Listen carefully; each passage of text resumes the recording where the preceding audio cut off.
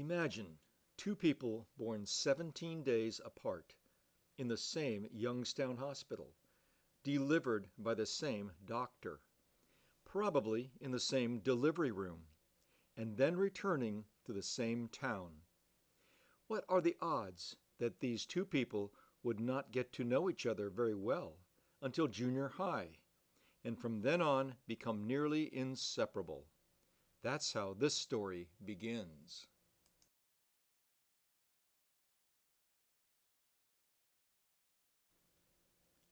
Dick Wagner grew up like any regular child, doing regular things, like organizing his play days, managing his portfolio, and playing children's games where he'd be the teacher, banker, or cruise director.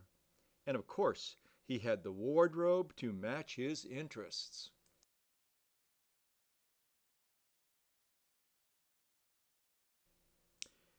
Okay, all kidding aside, Dick developed a lifelong appreciation for the outdoors. Respect and awe for his natural surroundings provided him with excellent observation skills. He loves camping, fishing, and hunting, although he has yet to bag his first elk.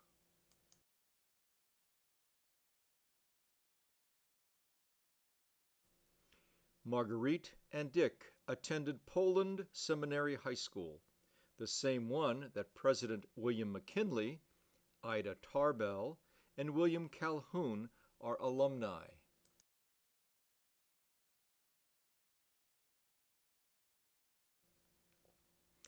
Richard and Marguerite graduated together in 1952.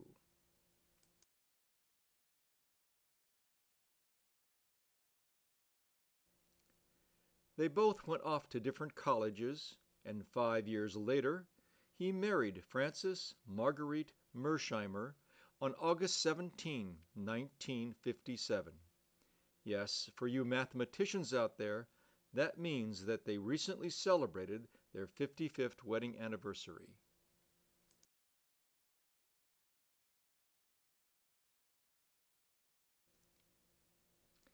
At The Ohio State University, he enrolled in a special 3+3 program that encouraged students to get into law.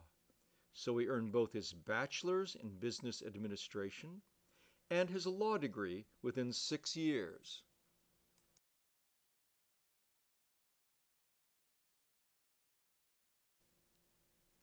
In 1958, Dick joined the Orville law firm of Kropp, Lindemood, and Howell, became a partner in 1961, was admitted to practice federal law in 1964, and in 1970, John Kropp, after returning from military service, joined the firm that his father, Harold Kropp, founded in 1940.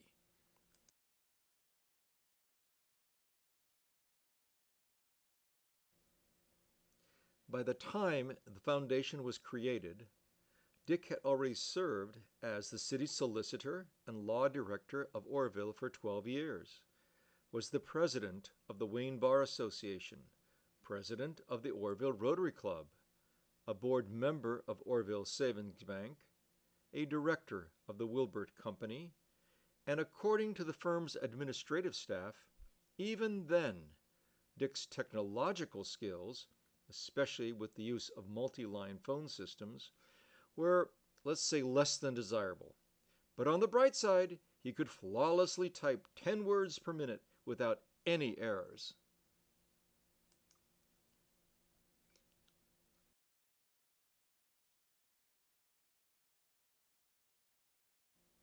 In a memo from Bob Critchfield to Bob Seward, it indicated that the Greater Wayne County Foundation had been incorporated on December 6, 1978, and that 6 days later had received its first gift of $1,000 from Bill Bear for the Wilbert Company.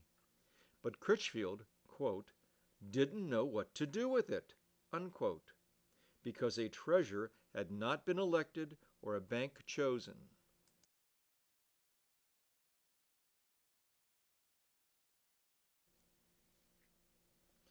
Dick was elected the foundation's first treasurer, set up accounts at First National Bank of Orville, and diligently served in this capacity for the next 17 years.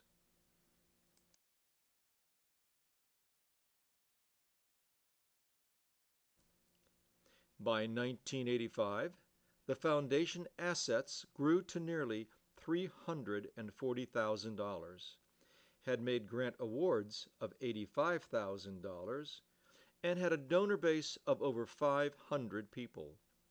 Pictured is Nancy Marshall, teacher at the Wayne County Preschool for the hearing impaired. Trustees included Carl Bradford, Neil Maurer, George Brenneman, and Richard Wagner.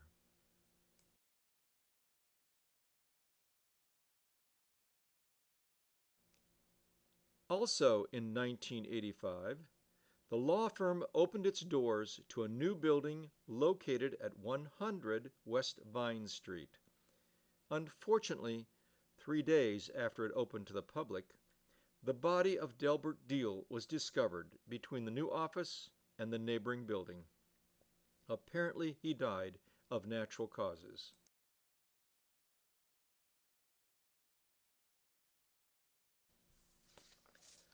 While working late one evening, Dick noticed a runaway horse and buggy. Written descriptions of the event include, quote, "Giving no thought to his own personal safety, he simply hollered, 'Whoa!' The horse, so intimidated by his manly voice, came to an abrupt halt." End of quote.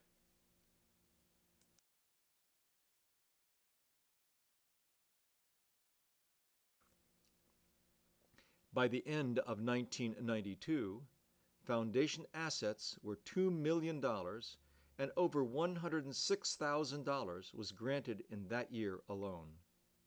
Within the next 3 years, Bob Seawart's dream of reaching over $5 million in assets was realized, and we had received our very first $1 million gift from an 81-year-old widow. This scholarship fund has been awarded to 95 recipients. Since it is a 4-year renewable scholarship, that is the equivalent of providing 268 years of college support. So as you can see, it's never too late to make a charitable impact for the community. Pictured with Don Steiner of the Orville YMCA and Jerry Lane of the Orville Boys and Girls Club are trustees Martha Baer, Bob Snyder, and Richard Wagner.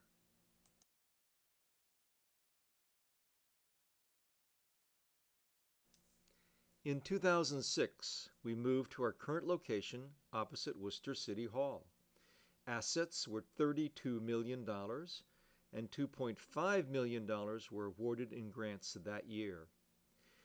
Dick got us our very first bequest back in 1980 from Maud Congdon, and he also got us our largest bequest in 2011. He and Marguerite have also participated in our charitable gift annuity offerings.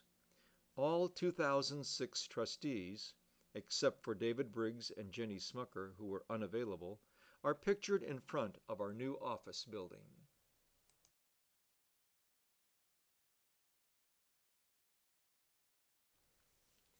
In 2008, Dick reached a milestone of 50 years of active law practice, and all of that from the same law firm. The State Bar Association honored him at their meeting in Sandusky.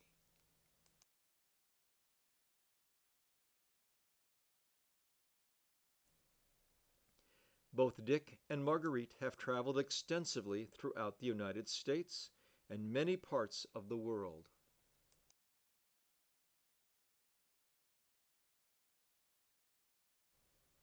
And, as can be expected, many of their trips focused on outdoor adventure.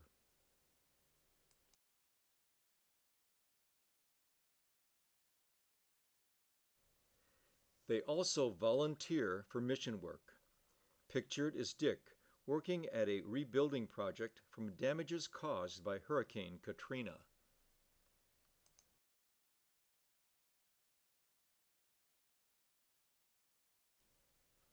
Dick's better half earned her degree in music from Westminster College. She taught music in the West Jefferson and Orville school districts. Then she took on the challenge of teaching adults the basic skills needed to take that next step in job development. She was the administrator of ABLE, a position that she held for nearly 20 years. In 1987, Marguerite was honored with the prestigious Paul L. Powell Citizen of the Year Award.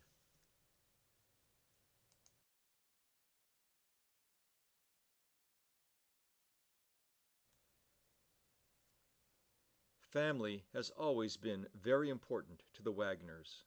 They have two sons, Richard and Douglas, and daughter, Catherine.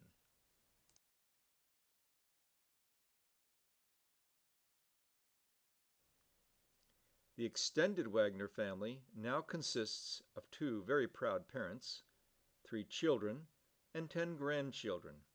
And as expected, they all got Dick's memo about the dress code.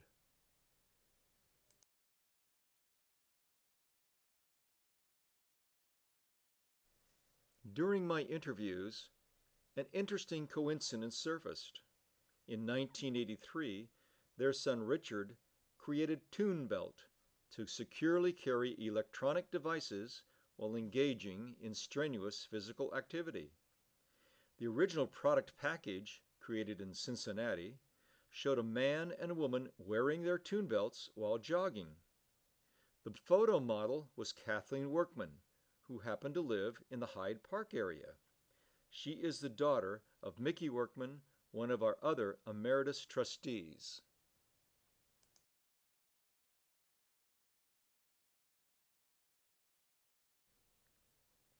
On behalf of our past and present trustees and all our donors and grant recipients, we thank Dick for his outstanding and dedicated service to the foundation and the community. Thank you, Dick.